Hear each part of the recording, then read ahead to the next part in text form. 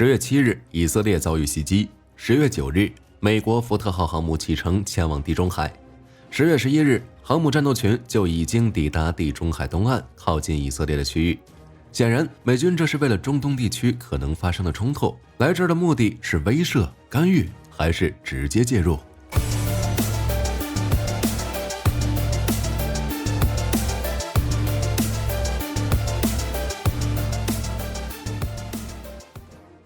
美国会选择在以色列参战吗？依照美军现有的军事实力，如果多线爆发战争，美军该怎么应对？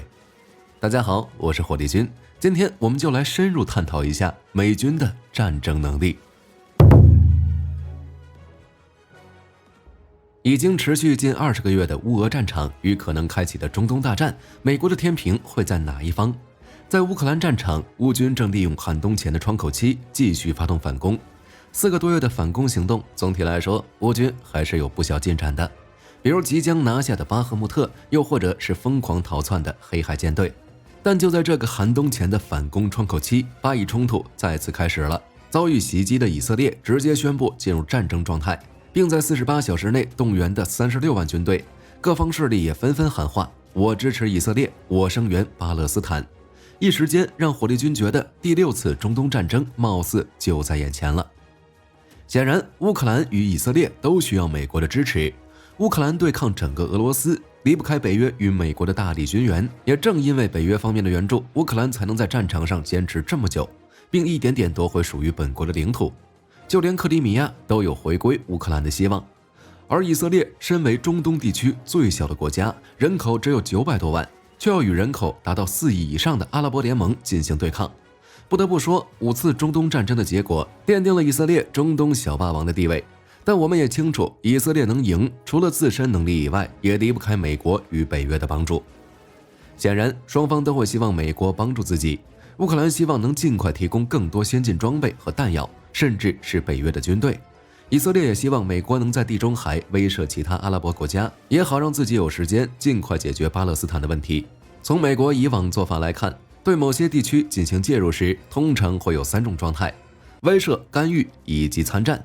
比如海湾战争、伊拉克战争以及阿富汗战争，美军都是参战状态。而在科索沃战争中，美国更多的是威慑与干预，参战主力还是北约其他国家。目前来说，在乌俄战场，美国处于干预状态，比如为乌克兰提供各种援助，包括 F-16战机、M1 坦克、海马斯火箭炮以及集束炮弹等，顺便还让北约各国训练乌军士兵。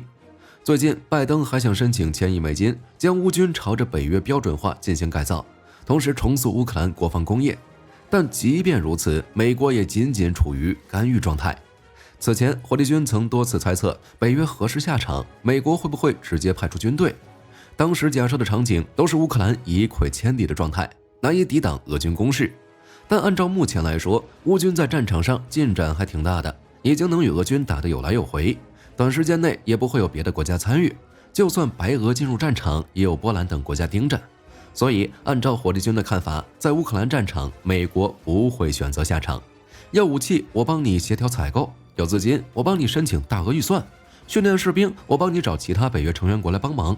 而对于以色列来说，面临的危险要大多了，周边阿拉伯国家太多了。在第5次中东战争后的几十年里，这些国家的军力都得到了显著发展。以色列还是中东最强，但已经难以形成代差优势了。所以火力军的看法是，美国大概率会选择下场。在冲突爆发的第2天，就让福特号航母战斗群启程了。除了福特号，还派出了多艘阿利伯克级驱逐舰。如果以色列有需要，这个航母战斗群可以为其提供大量空中支援或远程打击选择，同时还能增加美国的军事存在。另外，美国还增强了中东地区的战斗机编队。除了福特号航母战斗群以外，美国还将派出艾森豪威尔号航母战斗群。正在以色列访问的美国国务卿布林肯表示，将为以色列提供弹药、拦截弹来补充铁穹防空系统。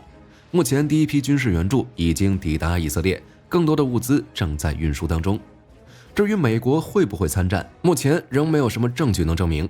但目前来看，美国的基本目标是通过高强度的支持，通过在中东短时间内军事优势的存在，促使以色列尽快通过决战来打败这支巴勒斯坦地方武装，赢得战争的主动。中东战略是美国军事战略的组成部分，但目前并不是重心，大国竞争才是美国的战略重点。火力军由此推断，美国大规模重返中东的可能性并不大，即便选择下场，仍会以威慑、干预为主。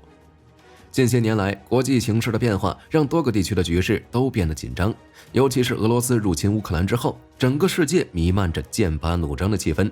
如今，中东地区再度爆发冲突，这对美国提出了更多的要求。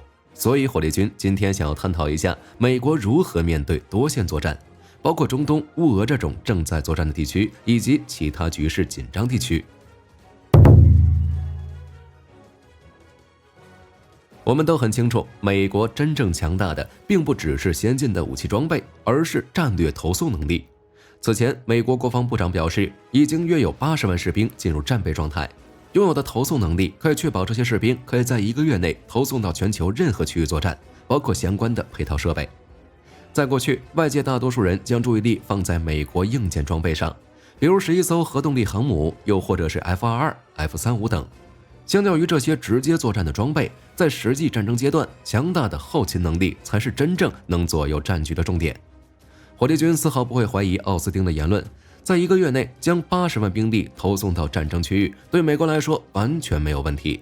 因为在很久之前，美国就已经具备全球独一档的战略投送能力，并为此打造了全球仅有的空中运输体系。冷战期间，美军之所以能在越南战争中坚持20年，就是得益于强大的远程投送能力。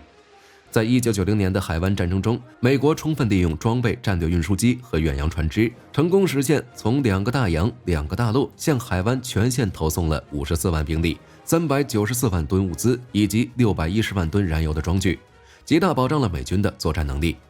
而在2003年的伊拉克战争中，美军同样展示了这个能力，通过大量运输船和军用飞机，将30万大军和300余吨兵力投送到波斯湾地区。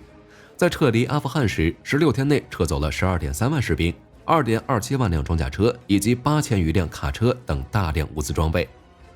如今，美军拥有274架战略运输机、559架战术运输机、5艘机动登陆平台以及45艘各类运输船。其中，空中战略投送是美军最为依仗的手段，因为这种方式启动快、部署快，非常符合美军第一时间做出快速反应的要求。目前，美军主要拥有3款强大的战略运输机，其中 C-17 运输机是美国专门为地形复杂且路况恶劣的作战环境研发的，包括亚非拉等经济欠发达、同时多山脉高原的地区。C-130 则是美军各军种通用性战略运输器，海陆空天8大军种都装备了 C-130 的改装型号，属于是万金油的存在。另外，美国为了应对机械化的现代战争，专门研发出了 C-5M 战略运输机，专门用来运输大型装备。目前已经装备了52架。当然，一支强大的军队不仅需要有完善的后勤能力，还需要拥有强大的作战能力。作为全球军事大 boss， 美军每年军费都需要8-9千亿美元，绝对的超级氪金玩家。现役装备不用说了，种类齐全，量大质优，高精尖荟萃，海陆空那可都是妥妥的世界 No.1。即便是退役封存的装备，也是阵容强大，随便拿出来点存货，都能武装一个军事强国。目前，美军现役部队约为140万人，其中陆军54万人，海军37万人，空军33万人，海军陆战队19万人，海岸警卫队约3.5万人。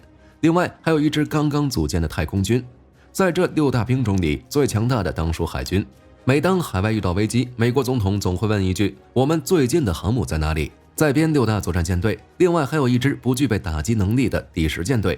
装备了11艘核动力航母、69艘核潜艇，其中18艘战略核潜艇、50艘攻击核潜艇以及1艘其他用途潜艇。另外还有17艘巡洋舰、72艘驱逐舰、24艘滨海战斗舰以及若干其他舰艇。世界第一空军是美国空军，世界第2空军是谁？答案是美国海军。拥有的舰载机种类与数量都是最多的，装备了 FA-18、F-35B、F-35C 3种舰载战斗机。另外还有打下手的 EA-18G 咆哮者电子战飞机、E-2CD 鹰眼预警机、C-2灰狗固定翼运输机等。光看这舰载机数量跟质量就一清二楚了，其他国家早就看不见美国尾灯了。光这些舰载机都能帮美国横扫几乎所有空军了。作为世界上最强的空中部队，美国空军拥有31万现役 F-22、F-35、F-16 以及 F-15这样的组合。另外还有 B2、B52等战略轰炸机，以及即将装备的上百架 B21，还拥有超过1000架 C5、C17运输机。美国空军的装备和技术处于世界领先地位，完全可以单挑全国空军。有人觉得现在其他国家也开始装备五代机了，美国在战斗机方面的优势已经没有那么大了。全球第一代五代战机都已经要退役了。F-22使用的 F119涡扇引擎，最大推力是18吨，无需加力即可实现 1.7 马赫的超音速巡航。但这已经是20年前的发动机了，到了今天有几个追上 F119了？所以你懂火力军的意思吧？作为美军中存在感最低的陆军，总兵力54万人，加上预备役、国民兵，美国陆军总兵力可以达到100万人，装备有大量主战坦克和直升机。一个集团军通常配备150多辆主战坦克，包括 M1A2 主战坦克，另外还有各种武装直升机。相对来说，陆军要比美国空军和海军弱上不小，但火力、机动能力、单兵作战能力、信息作战能力以及能与之配套的各种支援力量都是世界一流的。不过，只有在海空支援下，美国陆军才是世界上最强大的陆军。从美军参与过的局部战争中就能发现，美军极力避免一件事，那就是士兵伤亡。能用钱解决的事情，绝对不会让士兵送死，所以美国很少动用陆军，基本就是控制制空权、制海权，不停地轰炸。另外，美国还拥有海军陆战队与太空军，其中海军陆战队是快速反应部队，可以在短时间内部署和实施作战任务。这支部队配备了先进的武器系统，并且还能获得海军的支援。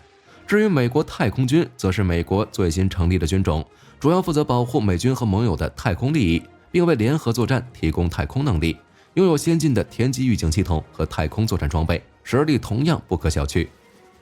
显然，美军的总体实力放在2023年依旧是独一档。除了以上所说的以外，美国还有大量海军军事基地。根据美国国防部披露的文件显示，美军在外海军基地数量达到了500以上，主要分布在亚洲与欧洲。在亚洲地区，美国海外基地主要分布在日本、韩国以及新加坡等。尤其是日本和韩国的数量最多，并且包含海陆空三军。比如韩国部署了美军海外第3大规模的地面机械化部队，日本部署了里根号航母战斗群。而在欧洲，美国除了在英国、法国等国家部署军队以外，还不断在靠近俄罗斯的欧洲东部和东南部部署军队，包括机械化部队、战斗机、轰炸机以及军舰等，就是为了压缩俄罗斯的战略生存空间。这些海外军事基地为美军提供了全球部署和快速反应能力。美军可以利用这些基地将部队和装备快速部署到热点地区，保持对全球态势的掌控能力。同时，这些基地还能为美军提供重要的后勤保障，在远离本土的战区能够有一个可靠的后勤基地，可以极大地提高军队的战斗能力。另外，这些军事基地还具有监视与情报收集的能力，尤其是位于战略地位的那些基地，这对美国的国家安全决策具有重要意义。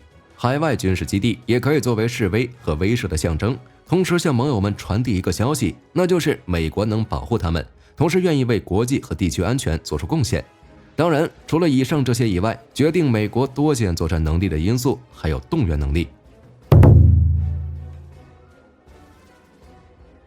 如果美国进入战时状态，1个月内投送80万美军，包括配套装备，而这只是一个方面，60%以上的部队处于战备状态才是真的可怕。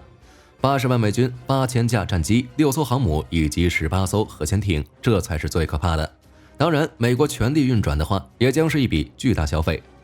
同时，美国国内也将开始动员工作，80万预备役会立刻转为现役部队，随时准备参战。空中指挥所、无线电飞机等保障指挥和通信的飞机也会立即起飞，并在空中24小时轮流不断的巡逻。天上数不清的军用卫星也将立刻对全球进行监测。马斯克的星链估计也要被征用了，所有工厂将停止一切订单，立即开始战争生产阶段，开始为军方生产装备。美国的核力量也会立即投入使用，这些核武器会被擦得锃光瓦亮，只等总统一声令下就立即发射。20万枚定位巡航导弹或清一色瞄准敌人，蓄势待发。除了这些现役军事力量以外，美国还有大量军机与舰艇储备在戴维斯、蒙山基地等地，也将被重新投入使用，进一步增强美军的战争潜力和威慑力。当然，这是火力军夸大了，毕竟到了这种程度，估计3战都爆发了，任何国家都不能独善其身。说这些只是为了展示美军的实力而已。所以在火力军看来，对于部分常规战争，美军那些海外空军、海军基地就已经能解决了。多个战场同时开战，美国也不会害怕的。当然，火力军还是要加一个前提，那就是武城没有真正下场与美军开战。之所以加上这个，是因为武城之间已经很多年没有正面开战了。各位也别小看俄罗斯，如果美国与俄罗斯正面开战，俄罗斯的战争潜力也将进一步激发的。这并不是夸大，而是事实。能成为武城的国家没那么简单。所以火力军的结论是，美国不怕多线开战，反正都能赢。你们觉得呢？好了，本期影片就到这里了，我是火力军，咱们下期再见。